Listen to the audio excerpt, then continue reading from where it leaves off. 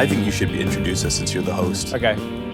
Hi, this is Nick Dawson, the editor-in-chief of Talkhouse Film, and we're here today to have a sort of slightly unusual episode.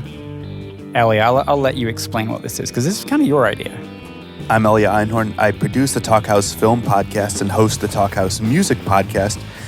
Nick, we just wanted to take a moment to sort of look back on 2016, which was a huge year for our site, both on the written side and on the podcast side, and break down a few of our favorite moments, because we put out a lot of podcasts on the film side last year, too many to talk about, but there were, on the one hand, some of our most popular episodes ever, for example, Kid Cudi and Paul Rubens, which we're going to talk about. That was awesome. And then there were some that just for me personally were my favorites, Michel Gondry and Terrence Nance. So I just wanted to take the opportunity to sit down together and really look back at what was sort of a wild year for us here at the Talkhouse Film Podcast. Yeah, it was a really good year. And I have to sort of give a little sort of caveat at the start, because I think that to sort of use a bit of a metaphor, it's kind of like the stuff that we're featuring today are kind of the breakout hits, but sometimes these podcasts are albums where all the songs are great, but maybe not one moment pops in the same way that some of these do. So it's like we're definitely not playing favorites. Oh, totally. I mean, our engineer Mark Yoshizumi, one of his favorites was Amber Tamblyn with Aisha Tyler. An amazing talk that people really loved, but that we just don't have time to go into right now. Yeah. And I'll mention to all the listeners, if you've missed any episodes, feel free to go back to our SoundCloud page, which is soundcloud.com/thetalkhouse for all of the Talkhouse music and film podcasts. So anything we talk about here and anything you might be curious about that you missed this year. Yeah.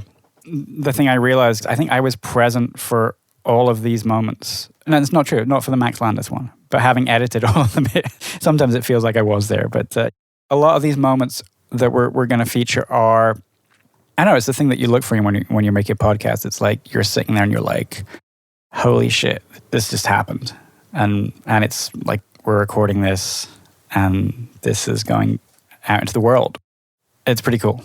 You hit it on the head exactly, man. The way I think about it is the most magical moments come when it's almost as if the conversation's participants, it just seems as if they're sitting on bar stools, drink in hand, catching up on life away from the rolling cameras, away from anyone taping the conversation. But we're taping the conversation. So it's these sort of intimate glimpses that we would never get otherwise. And if it's all right with you, I'd love to start with one of those moments. Sure. To me, one of the most powerful moments from this last year's crop of podcasts came during Michel Gondry and Terrence Nance talking. Mm-hmm. Maybe you could mention a little bit about the film that Gondry was in town promoting. Sure. The movie's called Microbe and Gasoline, and it's sort of it's a very personal movie for him. It's a coming-of-age love story, and it's sort of based on his personal experience of being in love with his best friend, a girl, and having a male best friend who is kind of the person who's helping him grow up. But it's an unrequited love story, and I really love the movie. And it's funny, I remember, Elliot, you and I and Terrence had breakfast beforehand, and I forget, maybe I'm like fabricating this memory, but I have this memory that he'd like written a few notes, and he said he was going to ask him about his love life, and I was like, this could be interesting, because Gondry's not the most forthcoming guy always, but he was open in this conversation in a way that was like completely unexpected. And I think it was Terrence's openness totally that led to that. Terrence definitely opened the gates on this. And I think in my experience reading Gondry's interviews, he's definitely an artist where you see his heart more through his films than by what he as the artist is saying in an interview. Yeah, I think that's a perfect place to just let the clip play. When I was watching the movie, I was watching it and I was thinking of his dilemma with Laura, and I was thinking, I thought about the main character in Eternal Sunshine and the couple at the end of We and I, and like all the sort of stilted romance, and I was like, what is your love life like? Like, that was my main thing. What is my love what life is your, like? Yeah, like, why, it's a disaster. Is it a disaster or is it like a ride? Is it like a roller coaster? You know what I mean? Like, is it like an earthquake or a roller coaster? Earthquake. So you have no control. You didn't even get on. It just happens. You mean in general or in this relationship? I guess right now, like while you were making this movie, what was it like? I can't even talk about it. It leaves you speechless. Okay. All right. I say my girlfriend was pregnant and she dumped me. See how bad it can be? That is the. I say it here because she would never hear it. I hope she won't. Wait. She was pregnant with you all's child. Sorry, with my child, yes. Your child, and she dumped you. And we're still trying to make it work, but this is a roller coaster. So what? So okay, all my questions the are rest answered. is terrible. Wow. So is that typical of like your whole? Is that situation? This is one that's really sort of fun to talk about, and you can describe the gravity of the situation in one sentence. So that's why I talk about it like that. No, and each film I've done reminds me of a breakup, or which generally is me being dumped. So it's painful to watch them because they're all attached to this relationship that end up. Maybe I should draw a conclusion and try to change something, but not smart enough. Yeah, I think so. No, I mean, like, do you feel like I know I'm not monogamous? So like I know that I don't process the world from a monogamous framework, even if I am just with one person at any given moment. So do you feel like, I mean, at that moment you clearly felt monogamous, but do you feel like your life is played out in a way that? Well, I think how it works for me is like, if I'm in love with a woman, a girl, there is this part, and when I hope for the relationship to happen, I'm totally monogamous, because any other girl don't. It's not up to the same level in my view. Then the relationship, if it happens, same, and then there is moment where the relationship is not based on unbalanced love or desire. It balances out, and you just having good time. Then I can start to look around and fancy other girl. Not that I'm gonna do a move, but I think my issue is I think love is this moment of frustration of not getting the girl I want. And then when the relationship works, which happens sometimes, that should be the real love, but I don't see it this way. So love is the conflict. Love is is unrequited inherently. Yeah. Man, that's terrible. I know. Yeah. Thanks for saying that. Nick and I both made the same edit. This was part of both of our notes about our favorite moments of this year. And I think it's because we have one of the leading lights of cinema in our time really opening his heart and contextualizing his sort of body of work in a way that we've never heard before. Yeah. You and I were in the room when this happened, and it was really eye-opening or ear-opening, I guess, to be there and to be hearing that. And the podcast ended with Terrence and Gondry like pledging to go jam together, which was just awesome. And they wanted to play some music together. Yeah. So because they're both musicians as well as filmmakers, so yeah, that was really cool. And they had never met before that point, of course. And can we go on, because I was thinking like it might make sense to, as a nice thematic link, to have two other people who had not met previously as well, which is A.D. Bryant and Jesse Klein. Which was such a great talk. That one took place as part of our series at Samsung 837, which is Samsung's flagship store in the meatpacking district in New York City. I mean, it's funny because we've got two from that Samsung series. This one, and then Chris Gethard and Tim Heidecker, which we'll come to in a moment. But it was weird having comedians, because both pairings are two comedians, and comedians are so used to just basically saying whatever they want, to be able to swear.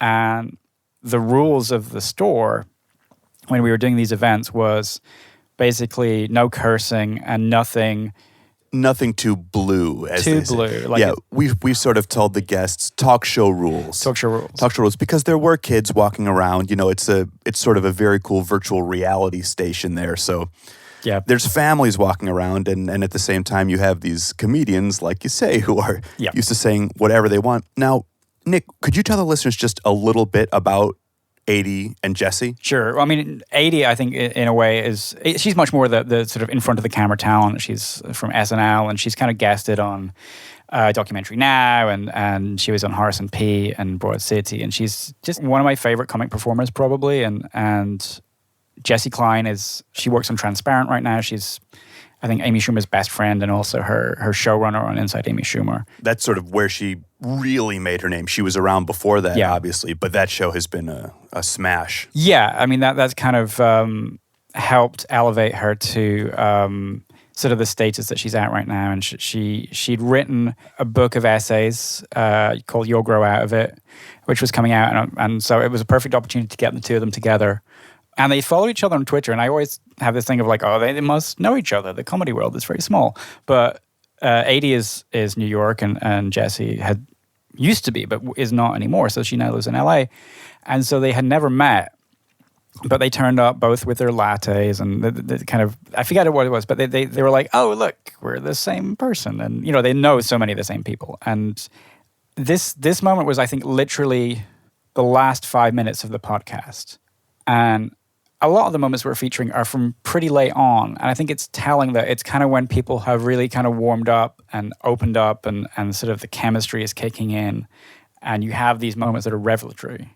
So yeah, this is both of them sharing. And it's an example in a way that the Gondry-Terrence Nance thing is a little bit similar, of people following each other's lead and being vulnerable and allowing themselves to be embarrassed in either a comic way or a very sort of vulnerable way. Ooh, I have good questions. Like, who's been like your big SNL host crush? I mean, it's not embarrassing, and I will do a full separate podcast about it. No, we finally found our topic.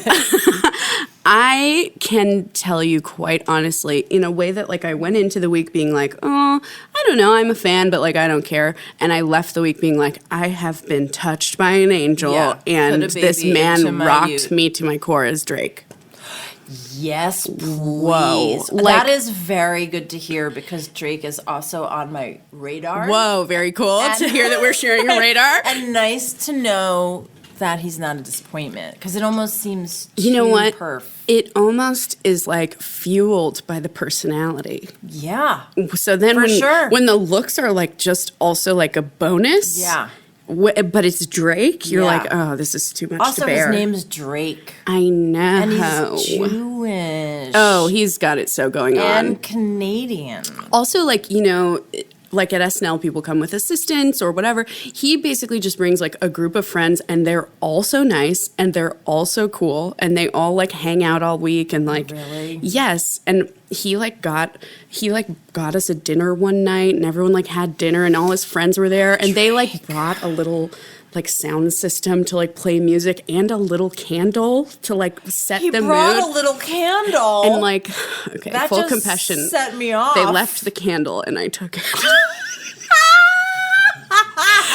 And I refuse to burn it. I just keep it in my house like a maniac. Okay, wait. Can I tell you an even more embarrassing story? Yes, please. And that's the most humiliating thing I could ever tell you. I shouldn't even tell the story, because I think I actually could get in some sort of That's trouble. how I feel right now. So please share with me. Drake would love to know you have his candle. Okay. So, one of my faves is Liev Schreiber. Oh, yeah. Liev. Yes. Liev. I live for it, and I don't know, but I like it. Liev Schreiber. Yeah. Of Ray Donovan and many other things. I just think he is basically like a lion on hind legs. love staring at him and thinking about him and looking at him and watching him. You and I've just seen turned him me on into Broadway. Dom DeLuise. I'm like, losing my Just when a man is so handsome. Like, I once saw Clive Owen at the Four Seasons gym in LA, and I was like, oh, he's a wolf on hind legs in the best way. He's also my top 3. But anyway, so Liev Schreiber is like a longtime fave. And me and one of my best friends have like together gone to see him on Broadway. He's an incredible talent.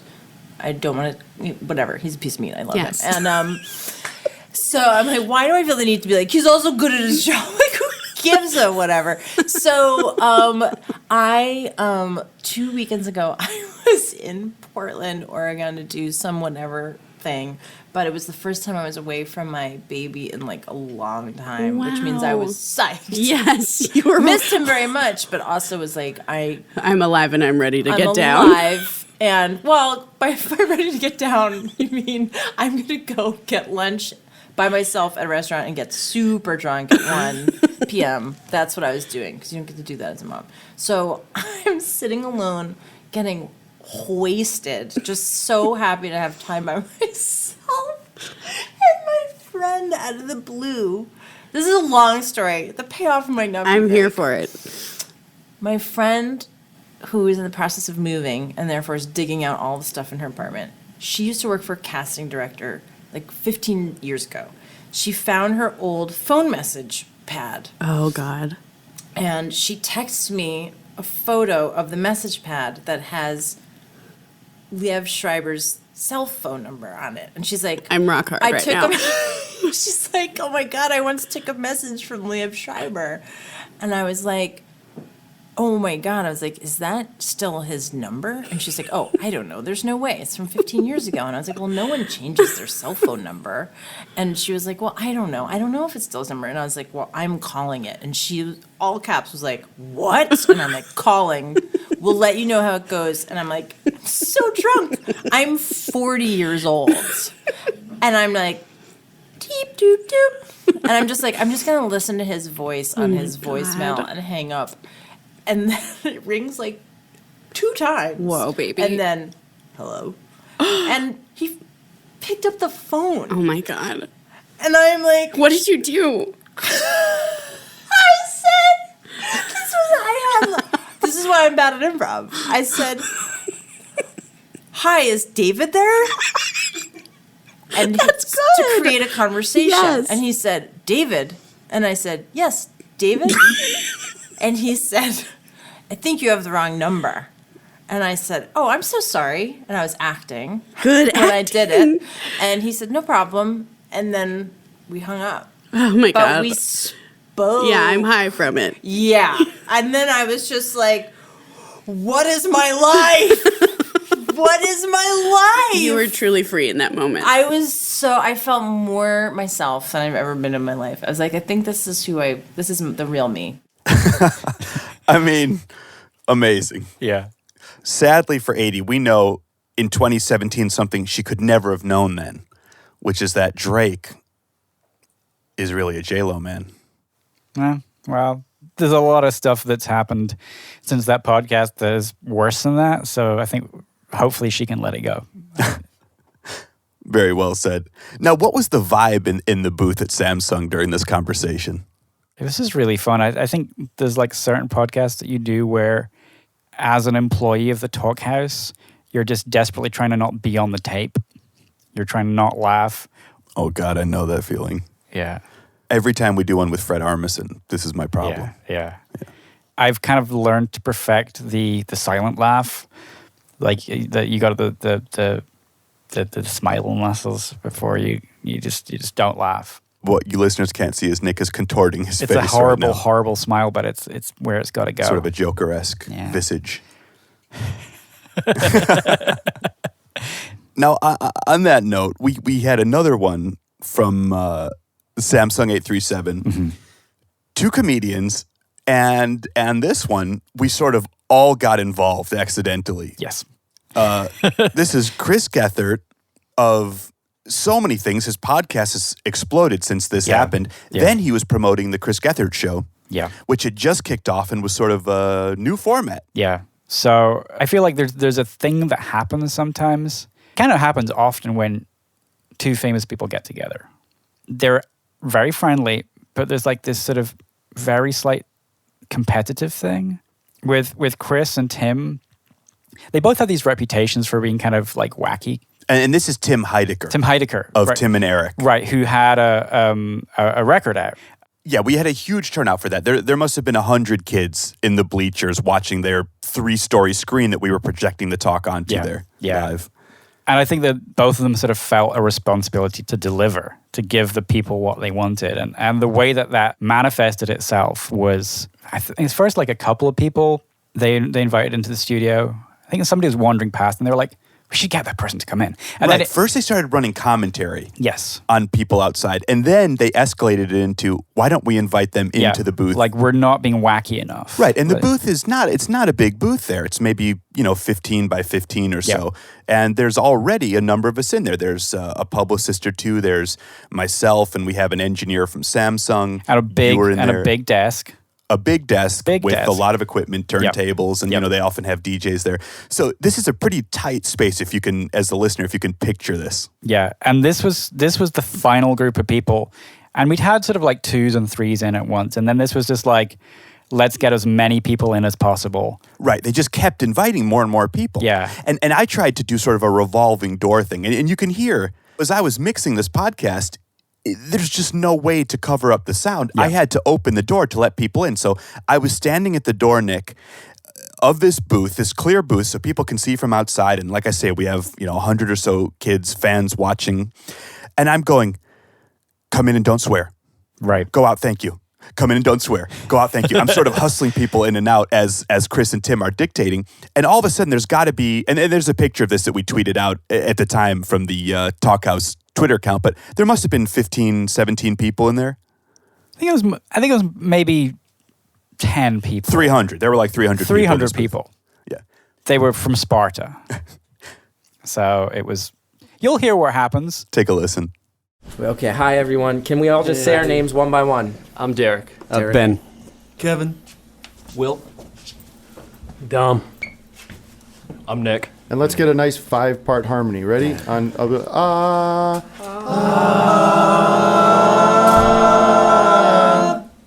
God only knows from one. King of the Zombies. We got a shirt. King of the Zombie shirt. Are you a horror freak?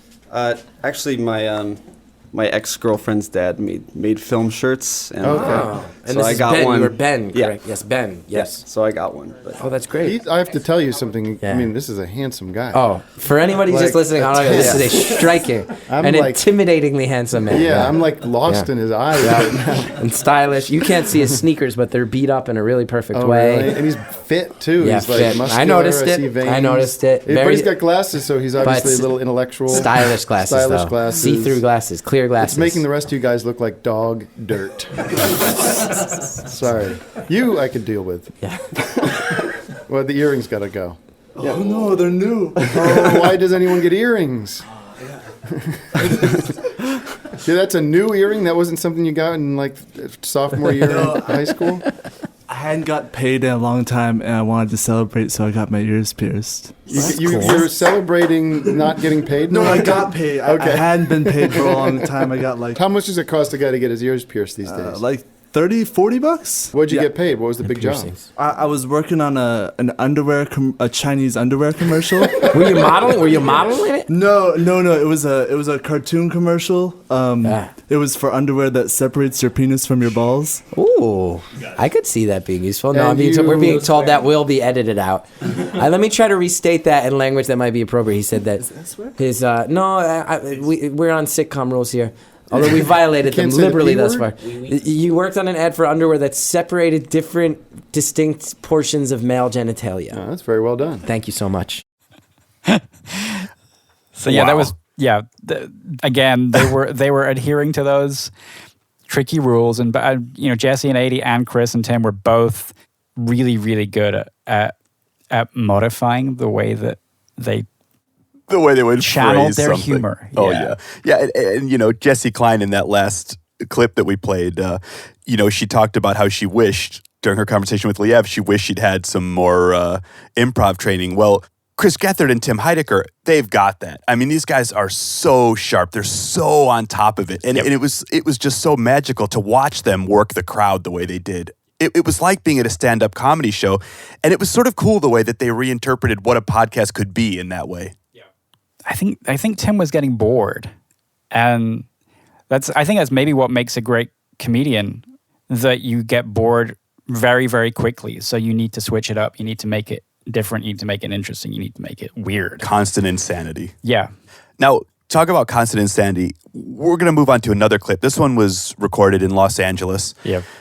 This wasn't here in New York, where we're based, but this was Joe Dante and Max Landis. Now, if you listen to the full podcast, you'll hear that Max Landis is not represented in this clip, but Max Landis was doing other things. He was in constant motion the whole time. Nick, remind me, Joe Dante we actually runs this have down. this on the Talkhouse's YouTube channel. We have a video of this, that the engineer took video of. He was like doodling. He had like Nerf darts that he was doodling on with markers, and he was writing down, stuff on a whiteboard, and I don't know. It was he's in constant motion. He is, and the interesting thing is, you would think that would somehow show in the audio, in the sort of continuous conversation. You would just have no idea if Joe Dante hadn't brought that up. So Nick, set up this next clip between Joe and Max. So here's the thing. Max Landis is, I said this in the intro to the podcast itself, like he is kind of much loved and maybe even more derided and hated among sort of Hollywood and fanboys in a way, maybe. But he's a divisive figure. He is a character. And he's definitely a character. There's a lot of energy. Potentially hypomanic, I'm going to say. Yeah, sure. Yeah. But he manages to transform that into something pretty cool in the way that he pitches. Because when he pitches, I personally find it really infectious, and I can understand that his level of enthusiasm in a room where, you have a lot of nervous people coming in to pitch, or a lot of maybe apathetic people, or people who know their project inside out. Max he writes really quickly, and he thinks really quickly, and I think that, his ability to really transform that into something compelling is pretty cool. It's funny, as I said, we have a video of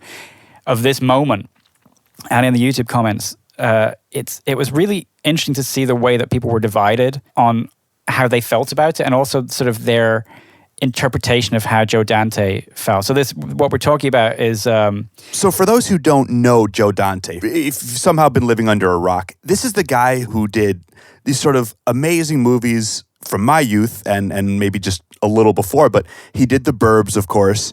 He did Inner Space. But what he's really known for is Gremlins and Gremlins 2. Yep. So in this moment, Max Landis has decided to use his pitching skills on Joe Dante regarding his franchise. Right. And people are pretty much polarized in terms of their interpretation of how Joe feels. They can see his face. And, Joe and Max are friends. That's why they did this thing together. But it's funny, like, just to read you a couple of comments. And one of them is like, I want to see this now. Like, as much as I prefer a non-found footage Gremlins film, this actually sounds pretty awesome. This sounds amazing. But then there's people saying, like, Dante's face when he starts in on his pitch is the personification of being polite. Dante's being so polite, but you can tell he wants to crawl out of his skin. To me, this is all people just going like, I personally can't stand it. I'm transferring all this stuff onto Joe. Let's take a listen. Did I ever tell you, I pitched briefly on Gremlins. Did I tell you what my pitch was? No. It starts as it's a found footage movie because they were like, we want to do Gremlins found footage. And I was like, that sounds like a terrible idea. No, it doesn't. No, it doesn't. Because I realized if you got a Gremlin for Christmas, you would be filming it all the time. If you got a Mogwai. So my movie started with a kid getting 2 Mogwai, both of which are good. One seems bad, but they are both sweet. And it's this girl gets 2 Mogwai that don't get along. And she has trouble. She likes one of them more than the other one. There's sort of an ugly one that seems mean. And then she's filming them constantly. And then lo and behold, they get wet. And the gremlins multiply. And so for the first act of the movie, it's like a cute animal YouTube video. And we get this look into these teenagers' lives through... I love writing found footage because it allows you to do scenes...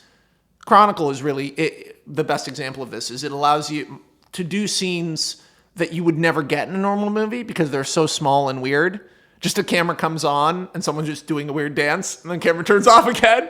And I wanted it to be for the first act, oh, cute animals. I'm using these animals to spend more time with this boy I like. I'm using these animals to connect with my mom, who's like, what type of animal is this? And is getting really fixated with Wikipedia and is looking up this incident at the Clamp, the Clamp Tower. And she's like, Clamp? Isn't he running for president? Like Trump, And then the second act is, Eat After Midnight. There's way more of them.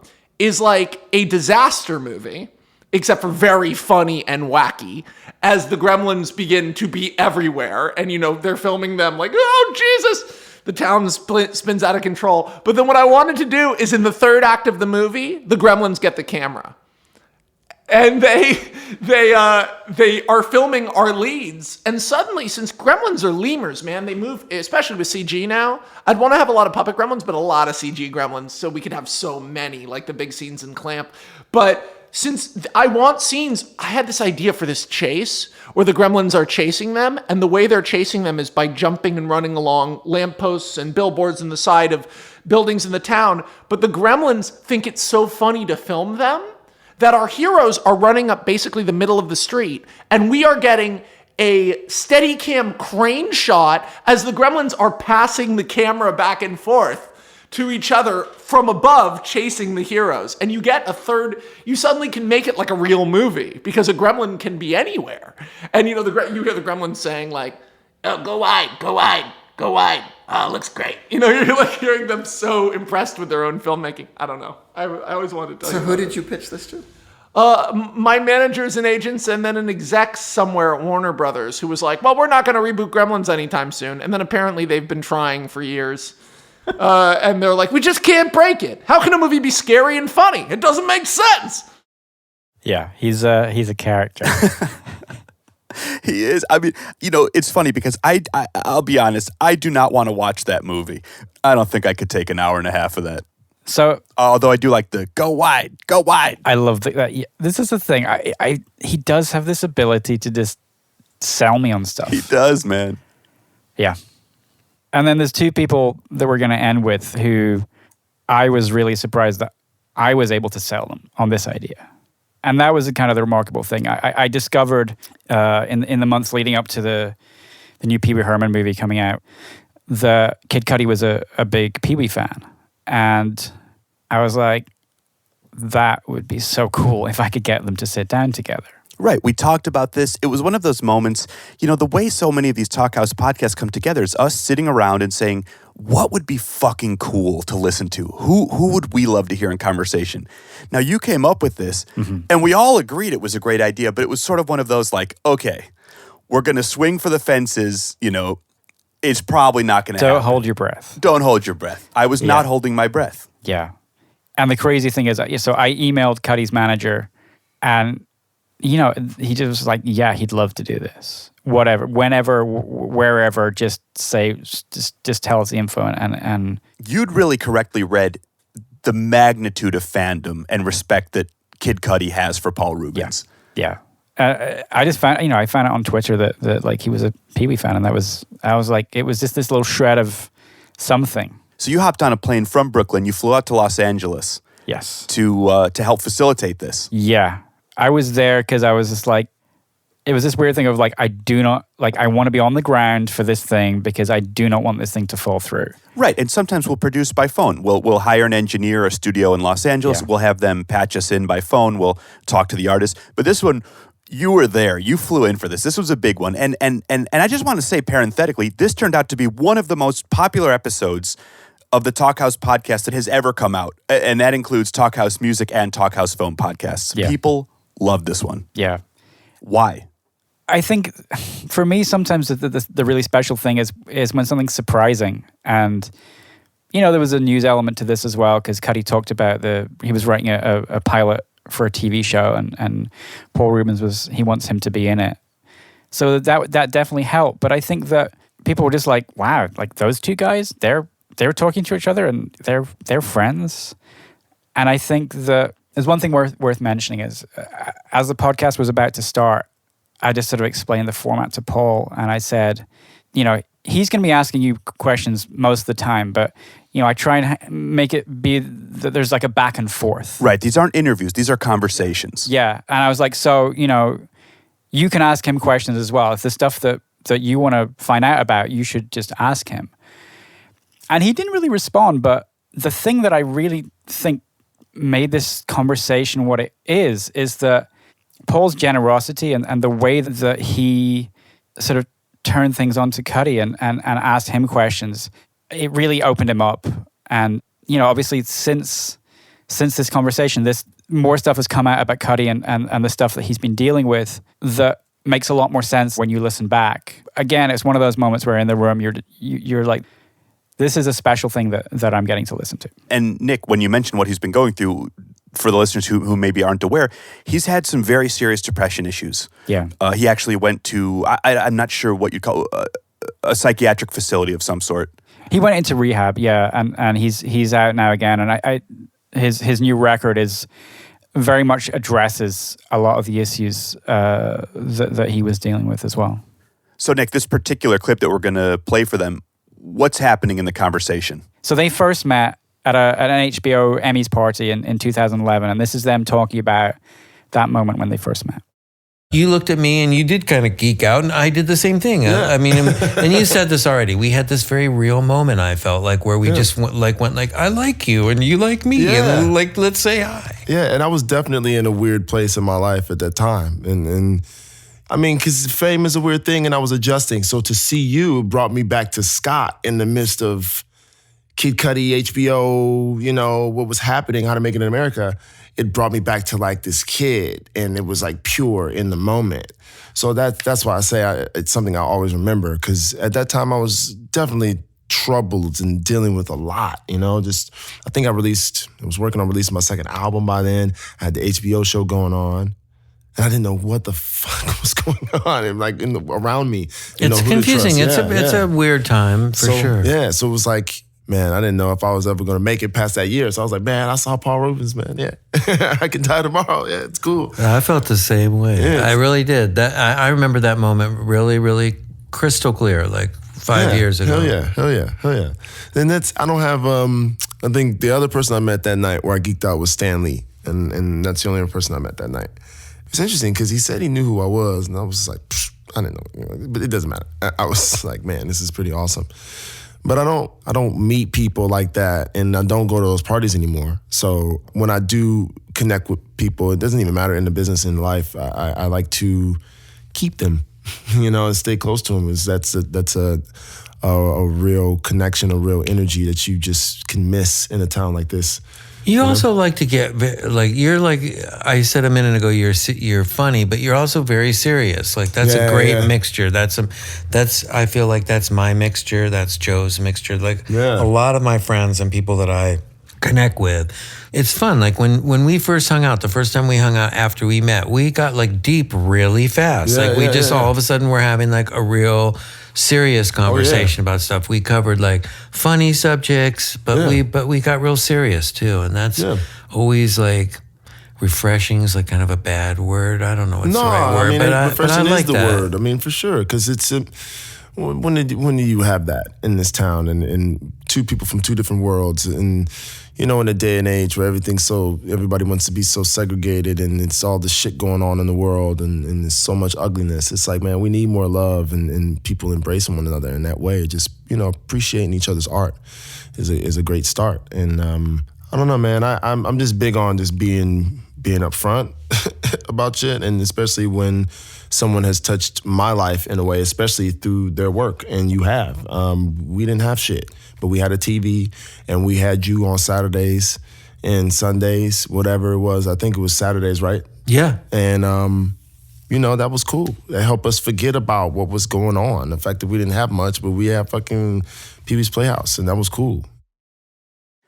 Nick, I feel like that's powerful on a couple levels. On the macrocosmic, obviously, Cudi's talking about, I mean, so many things, man. You know, there's obviously the socioeconomic stuff he's talking about, but there's also this sort of theme, which we noticed in a number of podcasts throughout the year, of the sort of redemptive quality of art, the sort of ability of art to help people through these horrible times in their lives. Yeah.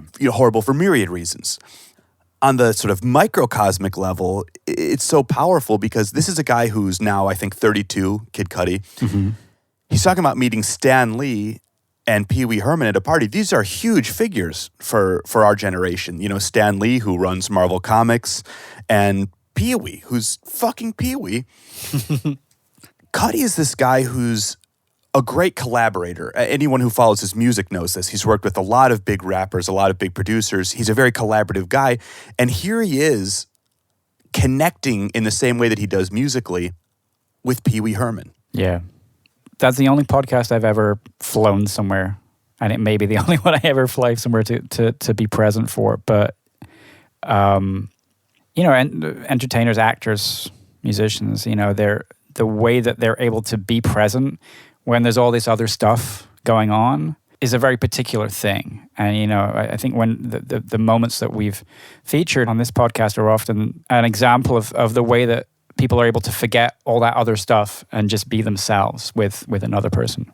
It's so true. And I don't want to be too hyperbolic on this, but I do just want to acknowledge that I found Cudi's candid approach to his conversation with Paul to be very inspirational. And that's something that thematically was really big to me throughout this year's podcasts. From Jessie Klein being able to sort of laugh at her own ridiculous behavior, to Michel Gondry's ability to explore the way that pain has informed his art over decades, to Terrence Nance's just willing to be so candid in a way that's typically not sanctioned by the media. Yeah. And I was very inspired by these people. I love my job. It's pretty awesome. One of the things you said about Cudi, he said at one point during the podcast, he was like, I was going to email you about this, but I wanted to save it. And I think it is that thing of like, you have two people in a room where you can truly interact with somebody. That's the best way to have a conversation. It's so powerful. On that note, Nick, congratulations on a big year. We had so many cool things happen last year. And I just want to take a moment to thank some of the other people whose names you might not hear on the podcast for the listeners. Our publisher, Ian Wheeler, the president of Talkhouse, Dan Petruzzi, our marketing and social guru / everything, Dave Lucas, and our head engineer, Mark Yoshizumi, who is so often behind the boards and out of public view. Kellyanne Conway, Chris Christie. There's a whole team. I'm Elia Einhorn, Talkhouse film producer. I'm Nick Dawson, currently about to resign as Talkhouse Film's editor-in-chief. Thanks for spending this time with us. Here's to a wild 2017.